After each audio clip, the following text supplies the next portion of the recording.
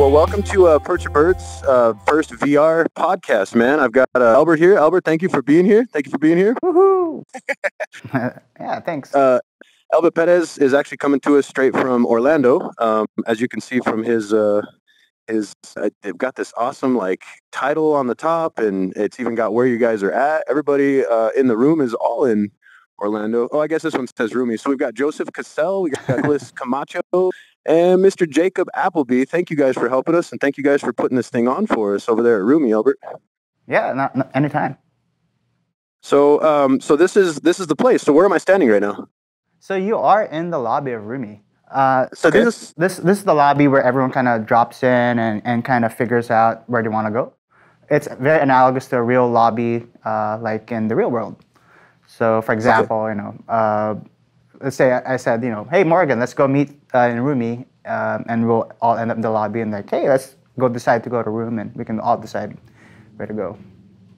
That's really cool. So this would be essentially it's a lobby, but in a sense you can kind of chat in here. It's not just like a holder place like you would loading for a game, right? You actually can sit here and talk and mess around. I mean, how many people could you put inside of the lobby before you were to start a conference or something? You can start as little as yourself if you want to, be by yourself in a conference, or up to 30 people. Wow. So we can put a lot of people in here. That's why it's big, so we can fit the people. Yeah, and then I noticed that you put our logo in here, which is super cool. And then there's more room, so I'm sure that you could put a bunch of those, right? You could have vendors in here. That is super cool. So we're using Vives all the way across, and then the idea behind Rumi is that we would be able to have a meeting place if I wanted to have a podcast, or if I wanted to have a conference talking about something for a business, right? Yeah, exactly.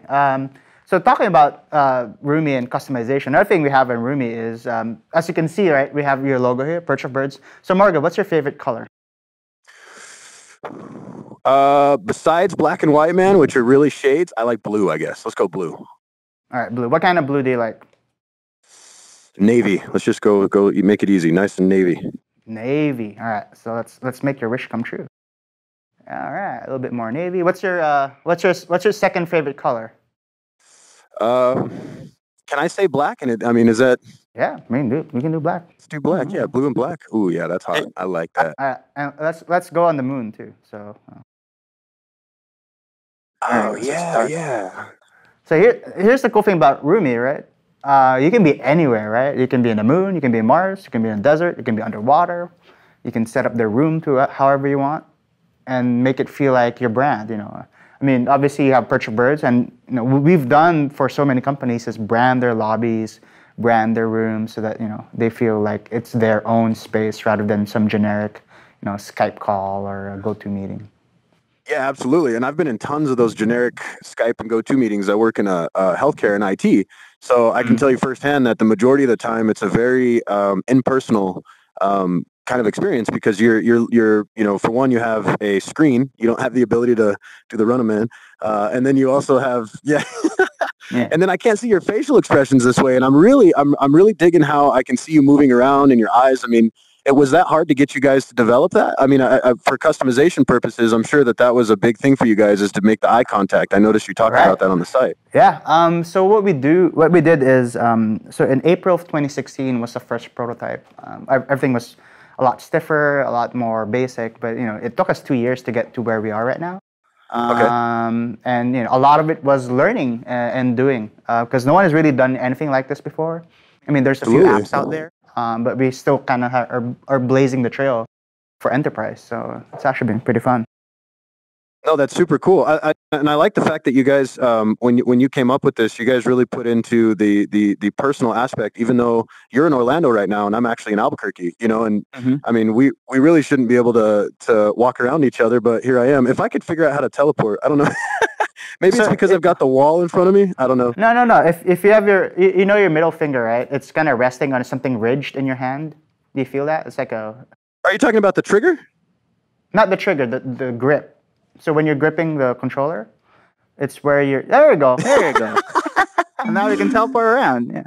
Yeah, dude, I'm sorry. Okay, now I feel silly. So this is probably my second time ever using a Vive, so I could see how this could have a learning curve to it, but And I mean, really, it's kind of easy. Like, there's not much to it. Do you find that you have a lot of people using Roomy as their first time using a VR setup or experience at all? Yeah, all the time actually. So that's the one thing about doing VR is a lot of people haven't tried it. But the great thing is a lot of people have tried it as well. So as time goes on, my job in describing Roomy and all the stuff is getting easier and easier. So, you know. Okay, so when you try to pitch this to somebody that's never heard of it before, it comes across as basically you're using stuff that people kind of know, like Skype and GoToMeeting, right? Right. So we basically compare it like, you know, from if you go from here, this is a Skype meeting, right? And this is where real life is, right? Roomy is somewhere in this area here. I love how you did that with the hands. You do hands. It's so solid, Doug. It makes explanations a lot easier, right? You can use the laser hands. I have laser hands here, so you can kind of like. How are you moving your fingers? How are you doing that? So you know those thumb pads on by your thumb. Yep. If you click on the left or right side of it, you can go cycle through your hands. Ooh, that's cool. Ooh, now we can have laser pointer. I'm sure you guys have played with this for hours and hours. It's one of the best features. Right. That's so, and then you could do different fingers. Oh, you could do like a peace sign for sure, bro. Yeah, you can count. Yeah, you can high five. You can play rock paper scissors. What has been the first? So you get people in here for the first time. Let's say that we get Nike to come in here. What is the thing that they want to use it for? Is it to close the physical gaps, kind of like you and I are doing? Yeah, a lot of it has to do with distributed teams, and that's how we built Roomy for in the first place.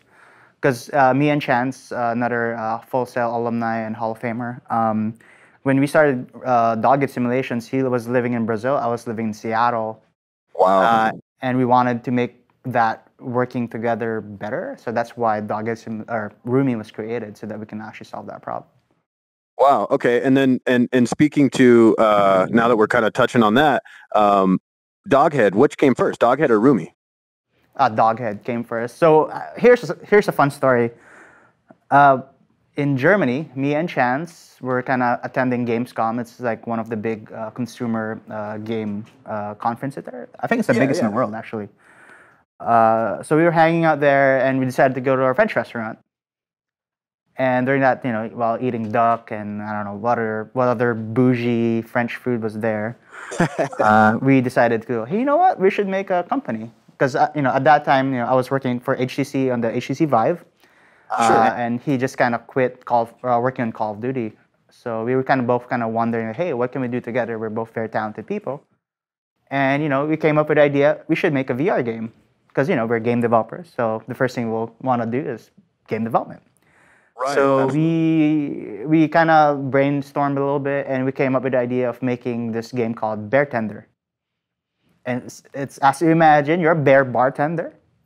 Okay. Imagine like we're over here. I have a bar. I was gonna say, but that works perfect when you say it like that. Bear tender. Okay, it's a bear bartender, right? Yeah, a bear bartender. So you pour beers in VR. Actually, we have a prototype of it. Actually, eventually been Roomy, but you can pour beers and serve beers to animals or different kinds of alcohol. And the trick is, there's different kinds of animals, right? For example, a sloth. He'll kind of come in kind of slow. And you know, as a bartender, you want to be selling drinks, right, or hearing his order. So in order to do that, you to make it faster, you give him Red Bull. then you'll hear him kind of speaking normally at that point. Oh wow! So this was your guys' first collaboration between you and Chance, like at all? You guys had never done anything before that? No, we've partied before a lot, so. That can definitely make some good social connections that could lead to cool little projects like that. So then you guys did that. How long before you guys started talking about doing Roomy? I think it took us like a few weeks. We realized how much it sucks to kind of do remote working. And you know, and also in the back of our head, we knew that if we're gonna work on a VR game, it's not really gonna make money on the onset. For one, you know, VR is still kind of very enthusiast-driven, and there's not a lot of headsets out there. So for us to be able to like, hey, you know, we want to be able to make games on our dime and not have to worry about money.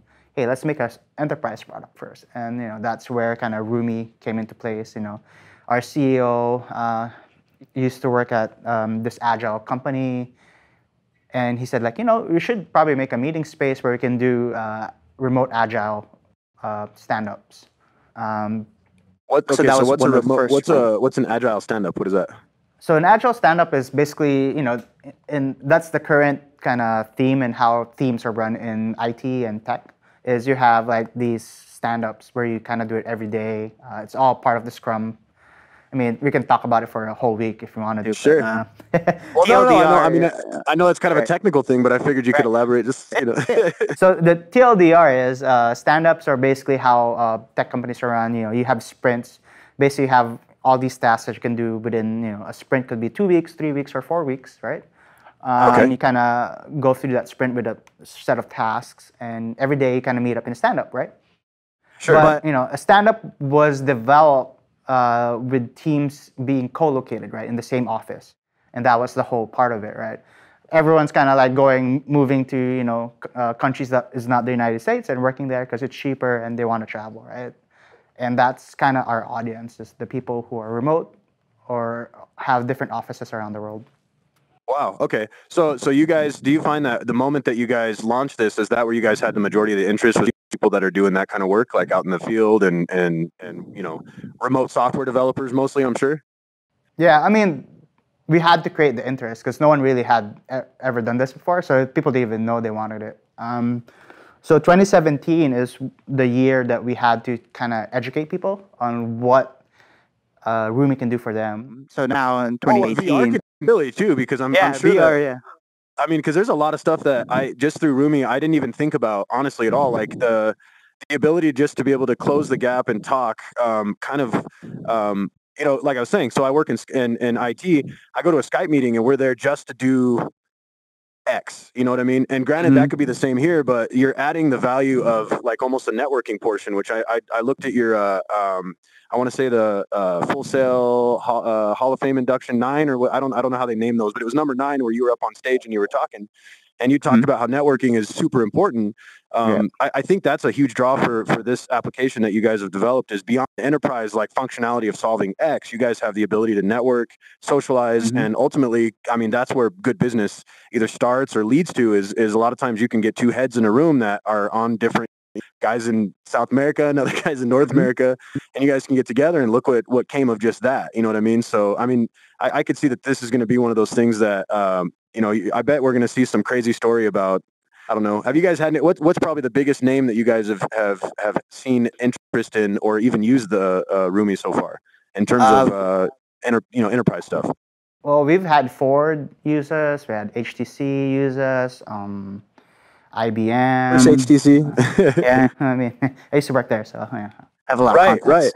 We love HTC. Amazon has used us pretty much, and some companies I can't say, but it's a lot of big companies. And here's the thing, right?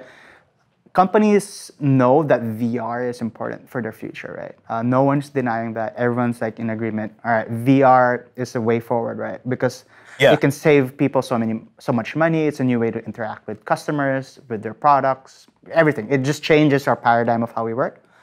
Right. The problem is these companies don't know how to do it, right? Sure. They're figuring it out. I mean, we're figuring it out, right? Everyone's kind of figuring it out. So it's a lot of excitement. Problem is, there's no numbers to back it up. There's no data to say, hey, if you do, VR for this, you'll gain this much money or save this much money, right? Absolutely. So a lot of the companies right now are the trailblazers in how VR works, and then as the market matures, the other companies who are the more conservative side are going to be more excited to jump in. So a lot of these are frontier, companies in exploring VR. Wow, that's huge. And I could see, like, even on a, let's take it way down scale. So Spider and myself, Mr. Marcos over there, the sound engineer for a Perch Birds podcast, he's in Orlando. And, me being in essentially in Albuquerque, but in New Mexico, I think it would be absolutely awesome to be able to actually sit next to him, and work out some of these podcast episodes, anything that we're typically over the phone, and something that small is huge. So I mean, I was just kind of pointing out that I think it's super awesome to have the ability to be able to just, even a guy like me, jump in with Spider, my engineer, and we could just work together. I mean, is it easy enough to do something like pull up a screen from a computer inside of the same environment and be able to look at that in front of myself and with a colleague who's physically somewhere else? Yes and no. We do have this experimental screen sharing within VR. There are a lot of challenges. For example, for us specifically, we are multi-platform. So we actually work on PC, Mac, mobile VR. So the platforms that don't have desktops, like the iOS, Android, and mobile VR, it's a little bit tricky because they can't really share their screens. There's also the fact that we have to stream across these very different devices, and there's different methods to do that. And right now we're a pretty small team, so we're kind of focusing. We do have support for PC streaming out their desktop, but it's not the best quality right now. So we're kind of still working on that part. So, but it is a very well requested feature. But personally, I want to get away from that because the paradigm of where we're working with a 2D environment is kind of pointless to do in VR because we have so much space. We have 3D environments. Like we can have an infinite number of screens or new ways to display text, right? But as a industry, we're still kind of figuring the best way to do that. Sure. Okay. So let me ask you this: what would be probably the most favorited feature that you guys have built in that would be unique to Rumi? I mean, that's something that you can't really screen share. But I was goofing around. I don't know if it was this. Mm-hmm. Now, there's one I was pointing at earlier. I saw a screen come up to bring in a PDF object and things like that. Do we have something in here? Yeah, perfect that you say that. So what I'm going to do is I'm going to bring everyone to a new room.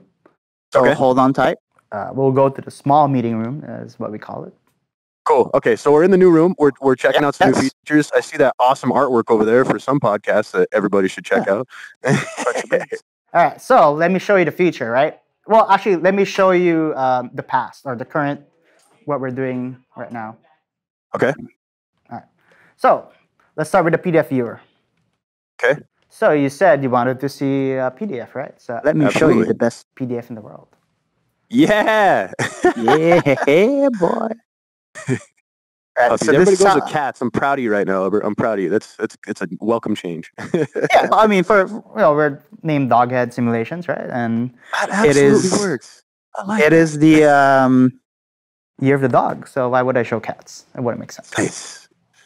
All right. So here's the 20th century way of doing things, right? You have a 2D screen,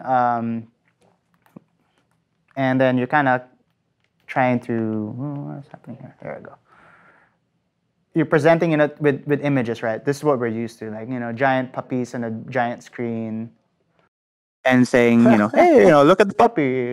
Imagine, the growth of our product is so much higher because of this puppy.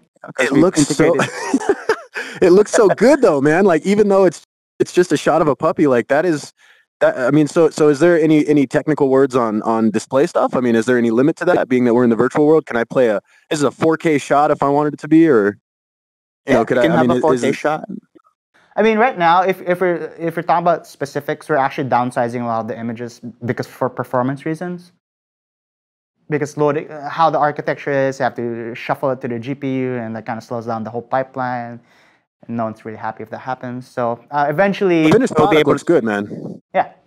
I mean, even this is like scaled down to like a 1080p image from a 4K. It still looks pretty decent in VR.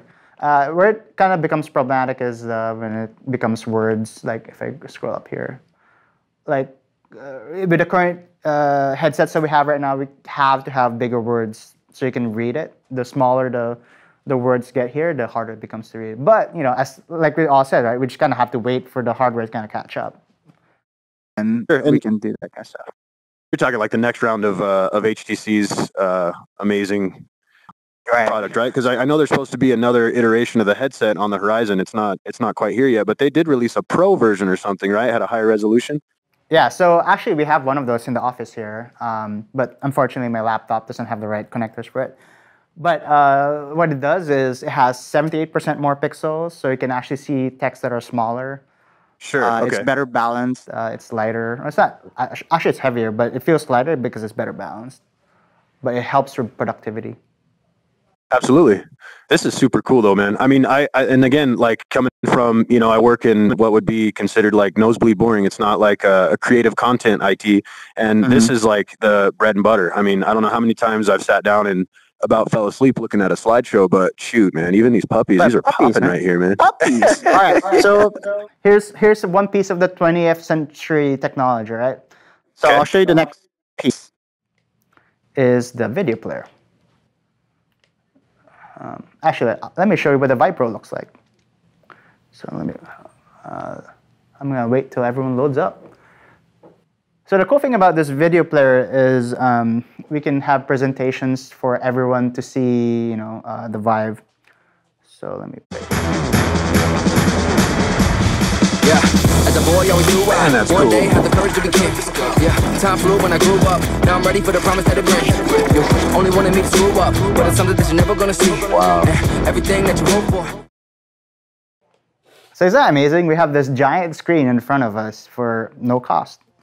Yeah, and it's got to be what 150 inches if I was to try to real life scale that. I mean, that's huge. Yeah, we can make it even bigger. We're actually working on 360 video and like a environment where you can have a theater, so you can have a 300-foot screen if you wanted to.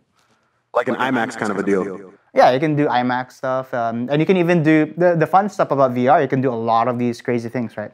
So we can actually emulate stereoscopic 3D in VR, which is kind of weird because, like, you know, everyone kind of hates the 3D TV, but we can actually replicate that super easily in VR and actually make it look better.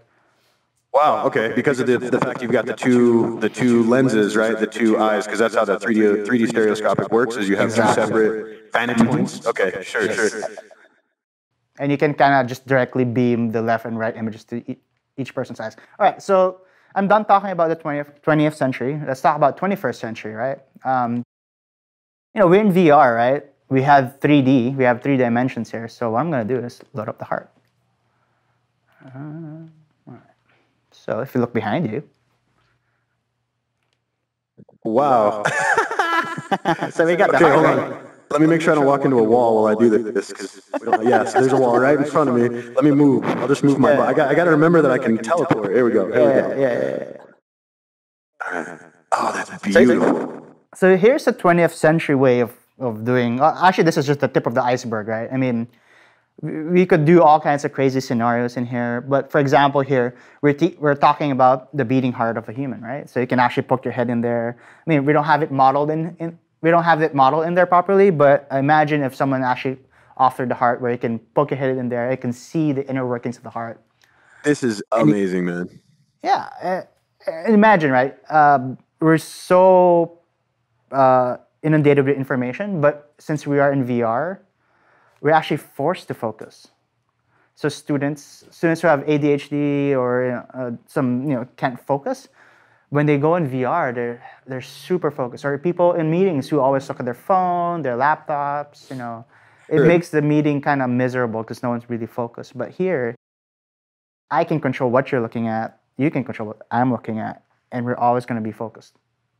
And it's almost tangible. I mean, like my wife goes to nursing school, and I can't tell you how many.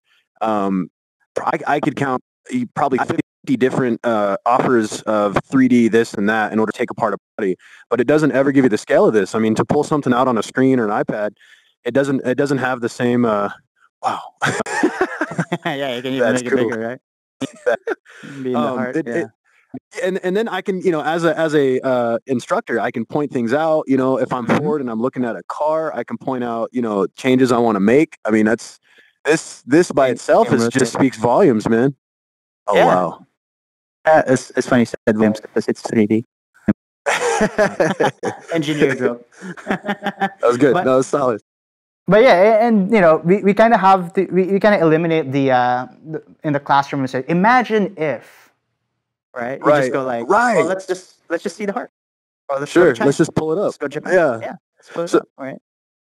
So this is a moving model of some sort. Is there a way to edit something like this that's in front of me? Like, is that something that would be custom? That's eventually we'll be able to do that. But we do import all of these. We're kind of figuring out what the market wants, what the market needs, and kind of be cautious because it is kind of, you can go in a deep rabbit hole in what kind of customization you add, and we want to stay focused and provide what our customers actually want.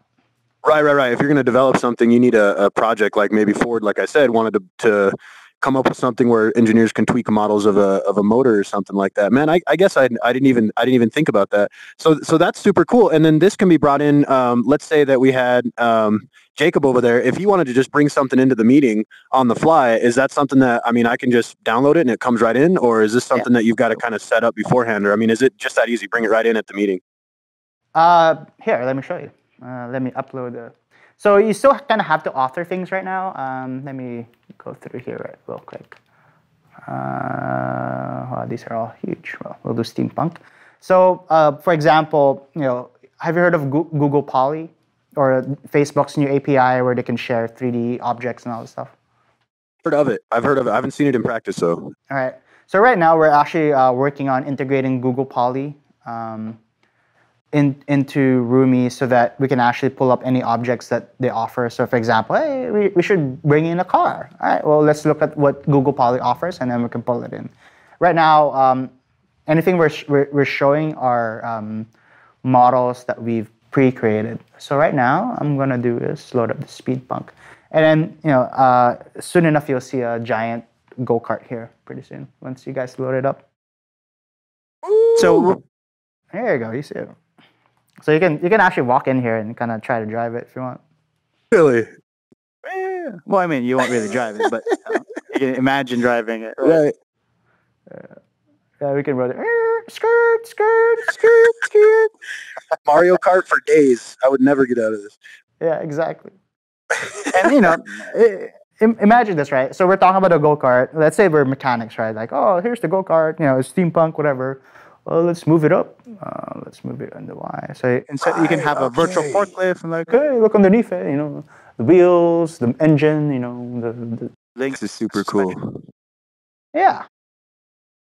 I just like the fact that there's so much control. You know what I mean? I mean, you've got developers making games, you've got applications, but the fact that it can be customized, like, I'm just putting this thing on and I can load the car that I've been making in AutoCAD or something. That right there, man, I can, one of a kind. I mean, and with this, I mean, like, what is the implications when it comes to other companies? I mean, there's nobody else trying to do this yet, right? I mean, I'm sure that they're working towards it, but yeah, there's actually been a few companies. A lot of them are focused more on the 3D model aspect, right? They're like, oh, you can load 50 different CAD models and all that stuff. For us, we're actually focusing more on the overall experience. We are focusing a lot heavier on the interface, on the interactions between the two people. We've invested a lot in avatars. A lot of these other companies, it takes time. Here's the thing about VR, right? People think it's going to be easy, fast. I'm like, no, it takes time. It's like a video game, right? I mean, we all know Call of Duty or any AAA title will take 3 to 4 years to make. Sure. And it's a video game. And the thing is with VR, it's pretty much the same way you create a video game is the same way you create VR experiences. It takes time, it takes expertise, and we're kind of still ramping up on the number of people who can actually work in VR and understand the technology. So for us, we actually have a great advantage because we've been working on this for a long time already. So we're ahead of the curve currently at the moment. But there's a lot. I mean, you guys kind of. Like I said, I mean, I tried to search for anything similar, and there's not. Like, I feel like Rumi is the only game in town. And any of our listeners out there, it is the best game in town. I want to make sure that all of you guys, this is the best game in town. So you got to check out Rumi. They got 3 free accounts that you guys are 3 free users at a time for a single free account. And you guys can absolutely jump in and try out Rumi for yourselves. And I mean, are these the 3D modeler, the 21st century editions? Are these things that are available to users through the freebie account, the 3 users account? Yeah, everything is what you see here. You can use. The only thing we limit with the free account is the number of concurrent users.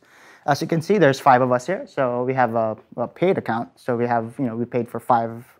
Well, we didn't pay for it because I can just tell myself. Right. I want 5. You're the man. I'm the man. Right. But yeah. So and I see a little. Is this a Unity logo that I see here on the side of the table? Yeah, there's a Unity. Yep, it is a Unity logo. Yeah, and we are built on Unity, and that's the great thing about using a game engine like Unity or Unreal is a lot of the hard work is done for us. For example, like multi-platform support, all the shaders, all the effects, the editor itself. Like if we had to build that from scratch, I would still be building the editor at this point. Wow. And just for our listeners out there, Unity is essentially a programming language that allows you to program multitudes of things. Just for sake of argument, we're going to say that it lets you build games, VR, really any application, but you can output it, and correct me if I'm wrong, Elbert, in many different formats. So you could make a PS4 game, a PC game, a Vive game, if you will, and it's kind of like a universal language. Would I have that right? It's not a language. It's actually an engine, right? The language it uses is C#. Sure. Okay.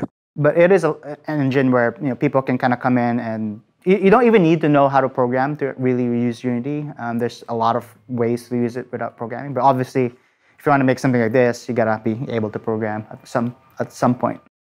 Sure, and I don't want to get too far away from Rumi, but I mean, you have a stellar resume, man, and I wanted to talk to you about the XNA stuff. Would I have that right? It was called XNA, the Microsoft development stuff. Mm-hmm.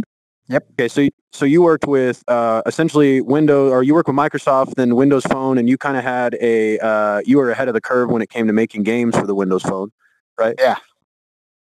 Say that the groundwork that you were utilizing there is that kind of similar to how Unity works now? Like it was XNA kind of laid it out for you, and that's how you could make. What did you make? 23 games in a year or something like that? Yeah. Yes, exactly. Yeah, I mean, long story short is, so when I was working at XNA, I was actually creating all the developer content, so the tutorials for the students, or not students, but for anyone really who wants to make something in XNA. And then I realized, like, you know what? I know how to make games in Windows Phone, and well, nobody knows how to do it. It's like, well, that's market opportunity. So I just kind of took that as an opportunity to really pump out games and be on top of the charts pretty easily. I mean, that's like gold right there, right? Right.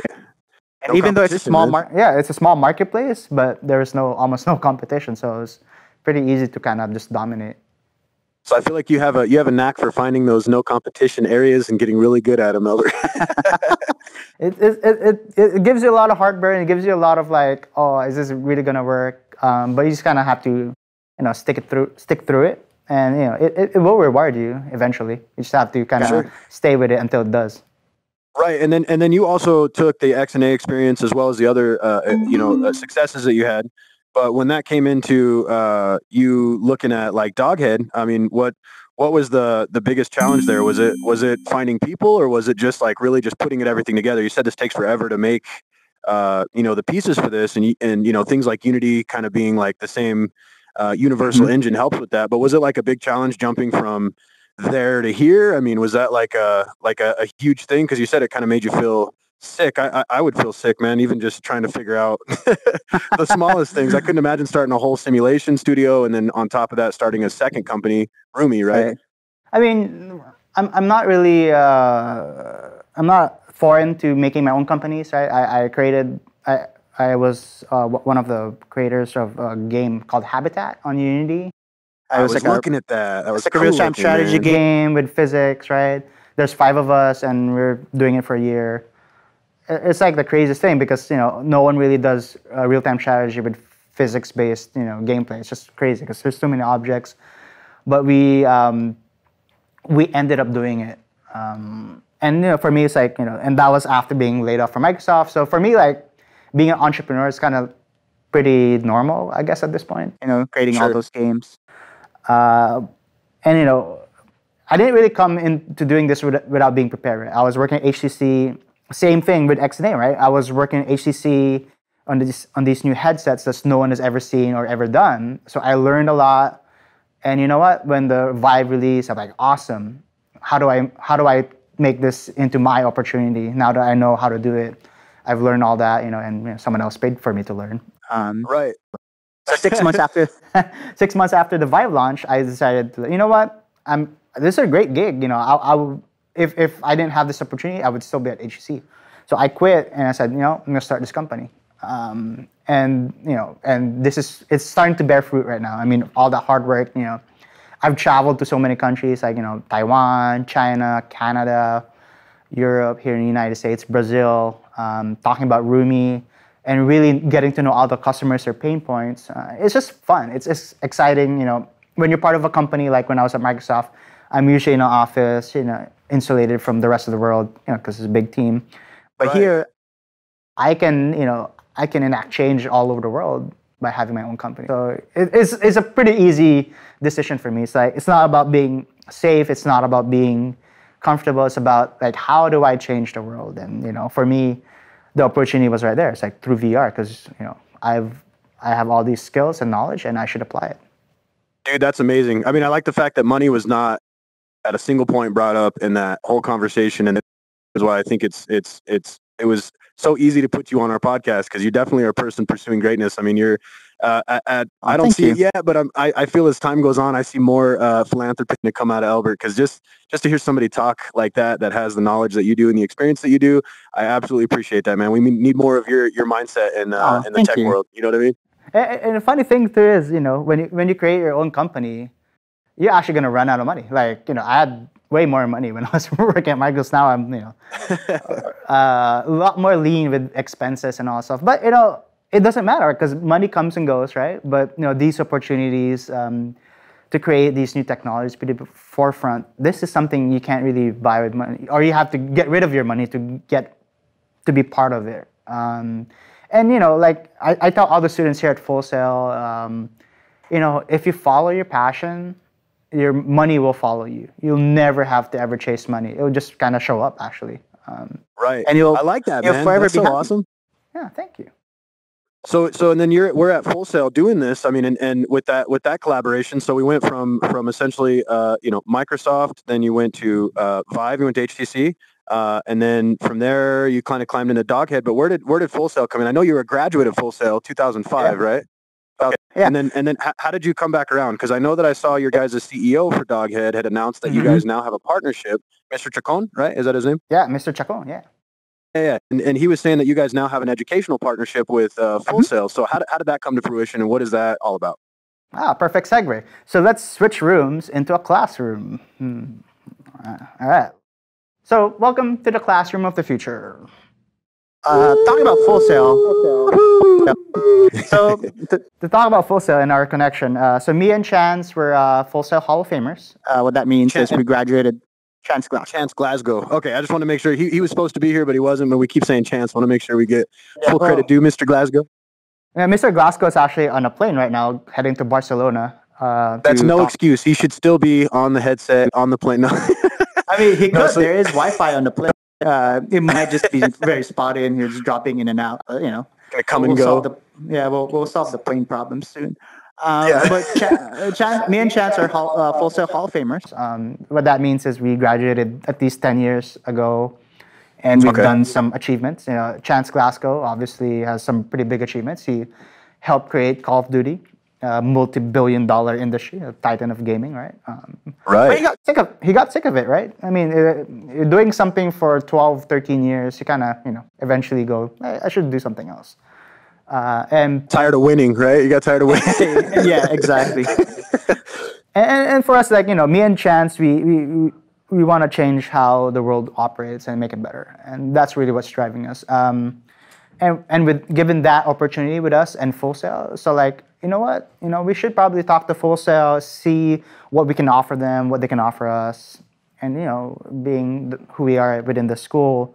It was an easy conversation, and we kind of talked to them for a whole year and a half, and eventually we were able to ink that deal of providing roomie to them, and then they provided this office for us to be able to innovate. We call this an innovation center. Actually, we call it the Doghouse, because we're dog. The Doghouse, yeah.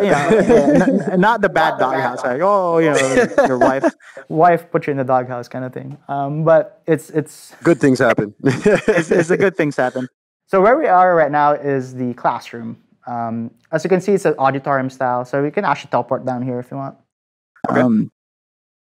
So as you can see, it's very reminiscent to a college, right? So what we're trying to do is to make students feel like they're at home, right? What they're used to, a classroom setting. Let me pull up some stuff here. For example, that's so cool. I don't. Let me upload some images for you. I hope you're. Okay. Do you like football? Yeah, I'll dig football. Do you like who's your team? God, see, you got to put me on the spot, Elbert. Cowboys. Cowboys. We'll pull up the Seahawks. There you go. Super Bowl 48. A lot better. I'm a Seahawks fan if you didn't notice. Yeah, I got you. Yeah. Well, honestly, okay, I'll be straight with you. The only football game I watched all year was the Super Bowl. I know I'm a bad American. I'm All sorry. right. We'll bring up puppies up here. As you can see, like, I'm just kind of just actually, what else do we have here? Pro Tools. Well, someone uploaded Pro Tools shortcuts. This is what you guys do. Yeah, Pro Tools. So as you can see up there, the text isn't that good, right? So here's another cool feature. So if you look below you, there's this little control panel over here. Okay. See that floating in front of you? Yeah. If you press the I, you have a picture-in-picture view. Oh, yeah. Not sure. Yeah. So you can That is actually click cool. on the PDF viewer here, and let me zoom in here so you can actually read it. So I can jump between my screens. Oh, wow. That is super cool. Yeah, so even if you're back in the back end of the classroom, you can actually see the front very clearly. And this is a feature that kind of came out of the classroom setting. So another cool thing too, the reason we created that feature, because we actually use Roomy in Full Sail as to provide classes. Oh, that's cool. So right now we're running in game design. We have 2 classes running as a pilot program.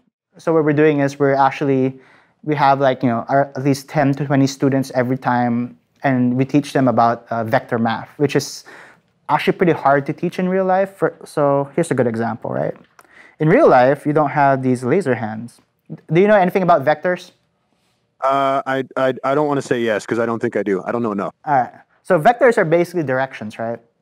So it could be, this vector's going that way, it's going this way. It's basically a magnitude and a direction. Okay. So to explain that in real life, it's kind of hard with just using your fingers. Oh, imagine this line going up there. But in VR, right. We can just go like, well, this line over here is going over there. So if you do a dot product or a cross product, whatever, right. you get this, So just even these simple tools like the laser pointers have actually changed the way we teach people, or kids rather. And we've only scratched the top part of it. And as we kind of go through teaching, we'll change the curriculum. Right now, we're still very heavy on PDFs and PowerPoints, but more and more we'll be using like field trips, right? Field trips are the future. You don't even need to leave the classroom or even your home, right? You just you go to the moon on your Vive. Yeah, you can go to the moon and have the teacher talk about the moon. Here's the Apollo landing site. Here's the footsteps. Here's the flag. Sure, or vector math. Or vector math, right? Or English literature or video, you name it. Any single thing in the classroom can be taught in VR. Obviously, some things might be better in real life, but most of it, you can do it better or just as good in VR. Sure. Dude, this is super cool. I love the ability to be able to multitask because I don't know how many times I'll see crap on the board and, if you're in the back, that legitimately can hinder your ability to learn compared to the guy in the front, specifically if it's something complicated like vector math that I would not, I would have to be able to get nice up close and personal. Not just for you guys that can't see on the podcast that may just be listening. So what we did is we transported to another holding room. And of course, you guys really should check out the YouTube video to get the full feel of what we're looking at. But I'm standing in a classroom, a virtual classroom, and I'm looking at giant, I don't even want to say a size, maybe a 20-foot high, maybe 30-foot high screen in front of me. And I've got 2 separate pieces of information that on the fly, I can use my own heads-up display to choose a picture-in-picture window, which I'm not sure if that is seen by you guys out there, seeing me pull it up. But this picture-in-picture is awesome because I can compare 2 pieces of data, or I can be working on 2 different scenes. And Elbert, you seem to be Picassoing that picture. So this is what a teacher could do to show plays or to make a smiley face or Yeah, so we actually have whiteboard features too. So every single one of these widgets I can kind of annotate. So if you can see up there, I'm annotating, like, for example, if I want to talk about the mix window over here, I can just highlight it with, let's say, red. Highlight it red and give attention to it. Something you can't really do in real life, right? So I could annotate video if I wanted to and all the fun stuff. That is super cool. And then I'm going to see if these changes come up in my picture-in-picture. Oh, yeah. So I can see that. And then it happens in real time, too, right? When you go to write on there? Yeah. And I can clear it out, It's like, I didn't like that. I can do more here and more red here kind of thing. So Man, this is obviously, super cool. These features are still kind of, in my opinion, very rough. There's a lot of ways we can do it. We're working on things where you can just write in the air, kind of like how Tilt Brush and Medium is doing it. Because that's I really have seen Tilt appealing. Brush. Yeah. Yeah, and that's really appealing to a lot of people. But that is a product unto itself. So we're kind of like focusing on, hey, how do we fix the problems that are plaguing the students right now? And then once we've solved that, then we can kind of move forward into, all right, how do we take it to the next level? How do we, bring it to where it's supposed to be in VR? And the one thing I say about VR is we would have done a proper VR experience or application if it makes total sense in VR, but it doesn't make sense to do it in the real world. That's when you know you've done something right. Right, and I would think that a lot of times the geographical boundaries is one of the biggest things that makes this appealing, because I can close the gap. I remember my degree that I got, my itty bitty associates I got from University of Phoenix. I did that on a computer, in a trailer way down south, running off of a Wi-Fi bridge, man, from a cell tower. So and I remember the hardest thing for me was learning programming. Funny enough. Through a book and through essentially just reading. I didn't have a teacher to interact with. It was all online. And something like this would have just for me to be able to whiteboard and say, this stupid problem doesn't make sense with this stupid problem. And to be able to point at it and draw it, I mean, that reinforces learning, man. So I can, and to have somebody do something over and over and to watch them do it. No, you're doing it wrong. Let me show you, blah, blah, blah. I think that those are the things that actually teach people. And that to me is a big challenge in educational system. And Rumi may be the answer, man. Yeah, maybe the answer. Funny that you say trailer. Have you read Ready Player One? I haven't, and I need to, and I know the movie's coming out soon. All right. So the funny story is, so the main character actually lives in the trailer, and he goes to virtual school. Oh, really? Yeah. So for us, I totally just gave away the whole thing. It's a synopsis thing, but the cool thing about it is, you were experiencing what the main character in Ready Player One is experiencing, except you didn't have VR. But imagine if you had VR, how much would you have learned more? How much better you're at what you're doing right now, or just maybe you're in a completely different field because you learned something different that you wouldn't have done if you're just looking at a 2D screen. Right, or picked it up faster, and then that way maybe you can move on to something bigger faster, because that was one of my problems is I would just beat my head against the wall, and the only option I had was to get in on, a monitor, and there was a 2D whiteboard that I could write on with some guy that was elsewhere, but, this connection wasn't there, and I wasn't going to be able to just point and be like, I'm frustrated! You can someday I'll give everyone Hulk hands if they're really frustrated, and I'm a smash! I can smash everything. Yes. This is super cool, man. So do you guys, is this being used in production at Full Sail right now? Something like this? Yeah. Actually, what day is it today? We had a class yesterday that used this. Wow. So that is super cool, man. Yeah. And another cool thing too, if you notice, right, for any online learning class, it kind of sucks for most people, right? And the biggest reason it sucks is because it's not social. Because imagine this, right? Throughout our whole life, we learn in a social environment, right? In a classroom, in a field trip, you're always seeing other kids, other people, you're interacting as you learn. But when you go online learning, as it is right now with 2D screens, a website, you get rid of all that social learning, right? And that's a big part of how we learn, and you're taking it out, right? And it feels alien, it feels unnatural. But with VR, you bring it all back, right? We could be 10 students in here, 20 students, and then we can interact and learn together. Right, you got little Bobby Joe in the corner that's annoying. You can actually be able to tell him to shut up. It's not just a guy in the chat window. Or you don't even tell him shut up. You just he's muted. Oh, he's running around. Oh, actually, you're gonna stay put, and he can't do anything about it. You're locked, sir. Yeah, all that shouting for nothing. See them waving their hands violently in the corner quietly. And, oh wait, even that's disruptive. All right, let me take out your hands. I was like, oh. That's cool. And I'm guessing, like, I didn't even think that. I'm guessing that's something that teachers would love to be able to do. Just like mute, poke at different kids to say. Exactly. And for every single instructor we're talking, that is a feature. Like, I love that feature. Please give it to me. Of course. Like, you have it. That's cool. Well, that to me, man, that's cutting edge. I love the idea of Rumi being ahead of the curve on that, because I love the fact that, again, I come back to it. All I hear about is you wanting to make the human experience better, and because you're talking about that, I mean, it's only going to do good things for education and science and stuff like that. You're not trying to make the next big Skype, but I feel like this is definitely replace Skype, man. I think what's going to end up being the next barrier, if you ask me, for you guys that needs to come down is the part that you 100% cannot control, which is the cost of an HTC Vive. You know what I mean? I mean, because I've got avatars in here using computers, but who do you think, or what should I say, what hardware is used more often with Rumi right now? Is it the Vive? The Vive is the highest right now. Oculus is close second, and then desktop. And like we said, right? We just need to wait. I mean, there's a lot of these new headsets coming out this year. 2017 was kind of like a weird year because people were expecting a yearly refresh for the headsets, and didn't quite happen in 2017 because the Vive, Oculus all came out in 2016. Imagine it's like almost 2 years ago, or it's actually 2 years ago at this point. So that's a long time to wait, right? But in 2018, there's all these new products coming out: the Vive Pro, the Vive Focus, the Oculus Go, the Oculus Santa Cruz. And that new class of devices, the all-in-ones, as we call them, basically you don't even need a computer. Everything's contained in the headsets.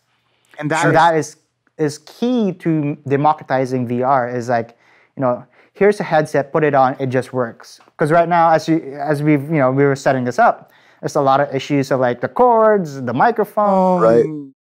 Tracking's losing, Yeah, we need 3 unicorns and a wizard in order to cast a spell, and then break the highest mountain and the highest peak somewhere. It works.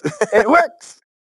But as we get there, right, we just need to make sure. I mean, at least for us in Doghead, we want to be there when it happens, right?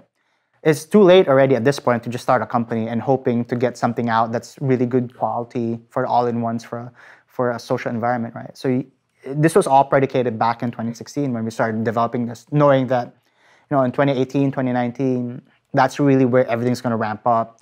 Consumer adoption. Yeah, exactly. But we needed that time to develop, to learn, to figure out what's going to work, and we're getting closer and closer. It's just like Mr. Glasgow was saying. He said, with animation, one of the biggest things that's hard to learn until you're actually doing it is the timing. And you guys, I feel like, Elbert, you're damn good at timing, man. Because that seems to be how you guys are getting this down, because this is the calm before the storm, just like you said. I think when we can get, I tinker with some cutting edge stuff, like when we finally get the ability to have fully wireless headsets, which in this case, I think the all-in-one would probably be the best way to go, or something like Li-Fi. I'm sure you've heard of the Wi-Fi that goes over light. The WiGig. Right. Well, and that's what that's kind of something I know is it's experimental, but it's getting to the point now where they can actually come up with gigabit throughput, wirelessly through just light. And if you get headsets that have an adapter for that or something like that, I mean, you can trim a lot of the fat. I have, a headset cable. I've got a triple headset cable going to that, and then I've also got my wands on my hands. And with what Albert's saying is an all-in-one would probably just be the headset with no cables attached, and then you would have probably some form of wands. I would think you have to have something in order to articulate. Well, here's the cool thing is, you don't have to, right? There's these, Magic Leap actually did this years ago, where you can track your hands just using a camera and a depth sensor. Wow. So the new Vive Pro actually has 2 RGB cameras that can do hand tracking. So with the new Vive Pro, I don't even need the wands. I can just use my hands. But obviously the hands have its own set of problems, right? Field of view. We don't really have there's no triggers, there's no buttons. So we have to figure out the best ways to do interaction that way. But it doesn't matter, because we'll figure it out, and it'll be cool. We just put on a headset and everything works. Right. Or glasses. Oh my gosh. Eventually, we'll just have contact lenses, or maybe we'll just plug straight to the matrix and we'll batteries. And Albert, I have faith that there's going to be a new glasses-only headset. It's going to be a Rumi HTC mashup, and it's going to be a one-of-a-kind deal. 2025. I'm calling it right now. Let's do it. Let's do it. Call it the Morgan edition, the Perch Birds edition, APOB. Perch Birds. Yeah, Perch Birds. Perch Birds. Yeah, it's just exciting because, for us, we just a lot of times we just get surprised, like the rest of the consumers, because of secrecy and all these hardware manufacturers. Hey, this new feature is available, and then our minds start trading. Oh, how do we use it? How do we adopt it? How do we utilize that? So, Absolutely. Yeah, so we actually built Rumi with that in mind, because because we know, well, we knew personally that the controls are gonna change and evolve as we go through VR. Because Sure. the headsets are pretty straightforward, right? Because you just kind of put it on your head and take over someone's vision. But the hands and control inputs, they're the most complicated ones In any Tricky. VR setup. tricky.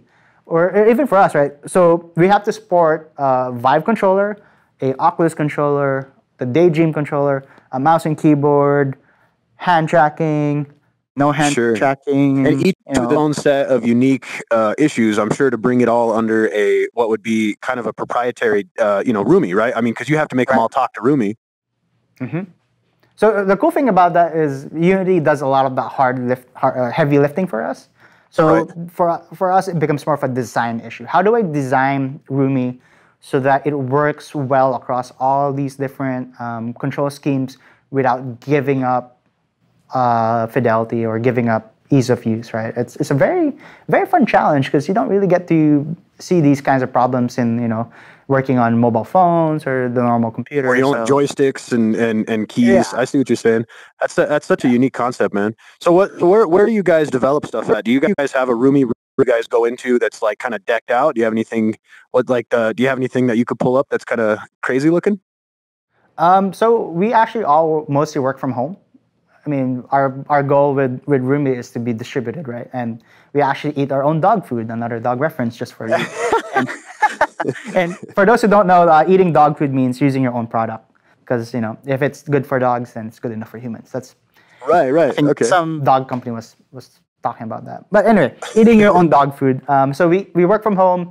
As we all know, working from home has a lot of benefits, right?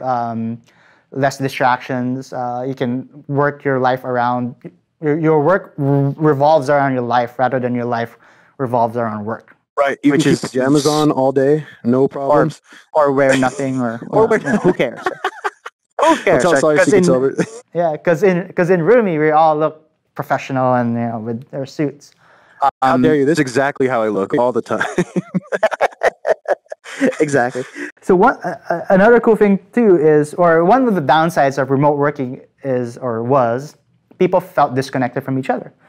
Yeah. But luckily, we're working on a program that kind of tells you or makes people get connected again through the presence of VR.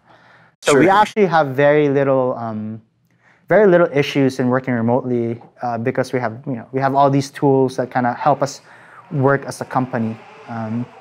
So that kind of works out for us. Oh, that's cool. Well, and I thought maybe you guys would have like a spot where you're testing, let's say, a piece of programming for Roomie. You might have like a Roomie development virtual room, if you will. Oh, like I see. something something I can go in there and trash around. But I mean, I feel like just in here, I could bring up the Beating Heart and I'd still be able to test it and play with it. But I mean, is this kind of like the space that you use to develop though? Is something like standing in here? Okay. Yeah, we work here. And we have a physical space too at Full Sail if we need to physically see each other.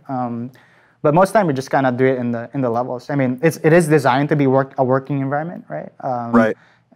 So I don't see why we should build an ugly working room rather than just be in the beautiful spot. I don't know. I thought maybe you could have like I would be like on Mars, dude, and then like all my stuff I'd be sitting in. Because have you ever Did seen? you say Mars? Did you say Mars? Did you say Mars? I believe I did. I can fix that. So let's actually move up. I can bring us to Mars. We're in Mars. Oh yeah. Here we are. Hello, Mars. And here we are. We're at Mars. I mean, I don't know if Mars actually looks like that outside, but this is my interpretation of Mars. Very low It's poly. pretty close, Mars. man. Look, I see the rover over there. Hello. Yeah. Very low poly rover. No, the only reason why I was asking is I played Heavy Rain. Have you ever played Heavy Rain? I video know game? about it Sound very familiar? heavily. Yeah, I won a bunch of awards. I've never played it, but I've watched the videos.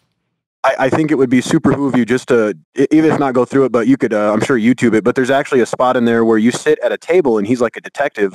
And when you sit at the table, he puts on a pair of glasses and you're able to choose in the game like 5 or 6 different settings that this was before the Vive, of course, that are just like this concept. Like I can say, I want to be in a classroom and bam, you're there. Mm-hmm. Now, granted, we're using a controller. It was a PS3 or a computer at the time, whatever you're using.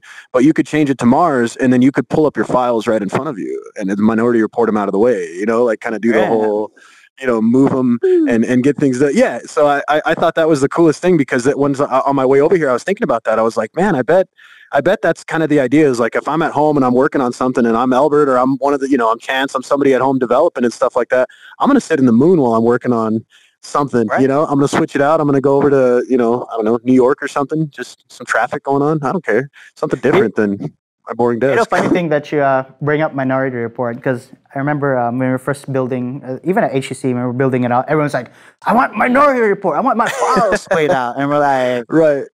are you a gorilla? Can you hold up your hands for 4 hours and be productive doing this? That's true. You'll super jack, or your shoulders will be messed up. the other, right? And we're so used to like resting our hands somewhere, keyboard, mouse. So actually what we've happened, and the reason why our control scheme is like this, like laser pointer, is because people are kind of lazy. They want to just do this. I just want to point stuff. That's so good that you were susceptible to that right away, man. Because that's very true. Yeah, because we watched the behind the scenes, and just knowing that Tom Cruise for that scene had to have things on his shoulders to help him keep it up, because they're shooting for hours, right? So literally, and Tom Cruise is a very fit guy, and was still a lot younger back then, and just having him constantly do this was like not good for him. So I'm like, yeah, let's not do that. Yeah, that's something I didn't even think about, is the hands, because that would get tiring. Like just typing on my own, if I don't get to rest my hands to type, I'm on fire. Like everything hurts, and you got to take a break, But I couldn't imagine like having to type on nothing and having no support. That would be. So are you guys working on anything that has any sort of if you were to try to write something, and you wanted to bring up like a document, do you guys have like anything that edits documents, or is that not a thing yet? That's something you guys are probably moving towards. We're moving towards it. So right now so in order to keep the company kind of moving forward and focus, there's a lot of features that we kind of avoid. So right now we're more in the collaboration part and presenting. We're not yet quite in the productivity part, because right now, we're in the headsets right now. You can kind of eventually you start feeling the weight on your neck. The ergonomics isn't very good. So you have to stand essentially the whole time, well, more or less. Yeah, you can sit down. You can lay down if you want. No one's stopping you. I guess that's true. Yeah. But the thing is, so right now, as we stand right now, it's still more effective to use the mouse and keyboard in front of a monitor, right? Sure. Until we're close enough to that point where VR can take that over. We're kind of not ignoring it, but to it. We're going to use that for that and concentrate on what VR does best, and that's being social, collaboration, presenting. So. Oh, that's huge, man. Well, I think Rumi is going to be the literally going to be the next thing that kind of shows us, because what do you have with HTC? You really just have games. But this is the first time I've actually seen an application where you can utilize it to. At the end of the day, I'm just going to say it is to make money, because that's what businesses are interested in: is collaborating, teamwork, growth. Coming up with creative content, and doing that in person is a huge barrier when you've got teams that are working remotely. So I think that you've definitely, if anything, if not being the first ones to do it, I think you've opened a door that a lot of people are going to try to get through. So I really appreciate you letting me check this out, man. This has been super cool, Elbert, and thank you guys for showing me all the little goodies you guys got here, because I'm sure this isn't part of the normal build, right? To be able to put Mars out there. Oh, it is actually part of the normal thing. Oh, sweet. So you guys can get Mars if you guys go to Rumi.net. Is that what it is? Yes, Rumi.net. You can download the new build is actually out now too. So it was well improved from the last one we've put out there. So you guys could put Mars outside. You guys can put 40-foot screens and throw some projections up, and definitely make some really cool leaps into some stuff that I've never seen being used on the Vive. So definitely check that out. And then Doghead Simulations Studios. What is it? .com. Okay. Dogheadsimulations.com. Dogheadsimulations.com. And then are we going to see more projects come out of Doghead, or is it right now Rumi's just the main focus that you guys are working on? So Rumi is our platform. There's going to be a lot of things built on top of Rumi that we'll take advantage of. We are a small team, so we will focus on Rumi for the near future. Who knows what the future holds, right? I've got a good buddy of mine. I got to give him a shout out because I hadn't used a Vive until he had brought me along. But my buddy Dave that I work with, he's actually one of the few Unity certified. He just recently got Unity certified in Albuquerque, and he is actually looking for collaboration. So if you guys know of anybody that's looking for some work in Albuquerque, I know a guy. I'll keep him in mind. Sounds good, man. Well, Elbert, you got anything else for me, man? I mean, I don't really have much in the way of talking Vive. I definitely am loving this podcast in the VR world. I think I would love to do this again if you'd be game, man, in the future. Yeah, of course. I mean, and if you want to use it with your other guests, please feel free to use it with them. And I like it too because, you know, I've done a lot of podcasts, right? It always feels weird just talking to a microphone or talking to someone's picture. Absolutely. But here we're having a more natural conversation. You know, you can do the Running Man, dude. Or the Running Man, or you got that down. Your podcast. You do all kinds of things. You can lay down. You know, you could have a cup of coffee, but you gotta have a straw. You know. Right. You gotta find a way. You could do a backpack. You know, do like a Camelback with some Gatorade. You know, like NASCAR does. Exactly. Yeah. The other person would even know you're drinking. Right. That's true. Oh, that's so funny. Yeah. All right, brother. Well, thank you very much, Elbert. And I guess we'll wrap this thing up. I'm getting close to Hinkle's opening up, and thank you, Hinkles, for letting us come here and use the Vive. Yeah, we're waving. They're Elbert's waving. Everybody's saying hi. So yeah, and then thank you, Full Sail, because you guys are actually at Full Sail in a classroom right now, right? Okay. What used to be a classroom, but now it's our office. Okay. Yeah, so you guys are actually at Full Sail. So thank you, Full Sail. Thank you, Doghead. Thank you, Elbert. Thank you, Rumi. Thank you, Nicholas. Thank you, Joseph. Thank you, Spider. I know you can hear me, bro. Cool, guys. Oh, well, yeah. All right, give me a let's do something new, like a bro slap. What's up? How we do this? And I'm back. And all right, slap forward, and I'm back, and then high five. High five. See, and what I do, me and my 7-year-old, we do a lean over, and we don't have a leg to do it, but you got to lean over and grab the ankle. You lean over and grab the ankle. That's the shake. All right. There you go. We're ankle grabbing. So it's a front, back, a front, a back, a high five, and then an ankle. Give me that ankle action. That's a first. That's going to be the official Perch a Birds Roomy podcast shake, man. Like when I come in, that's all you'll know it's me. Yeah, perfect. Cool, man. All right, Albert. I appreciate you guys. All right, thank you, Morgan. Okay, we'll talk to you guys next time. Bye. All right, bye.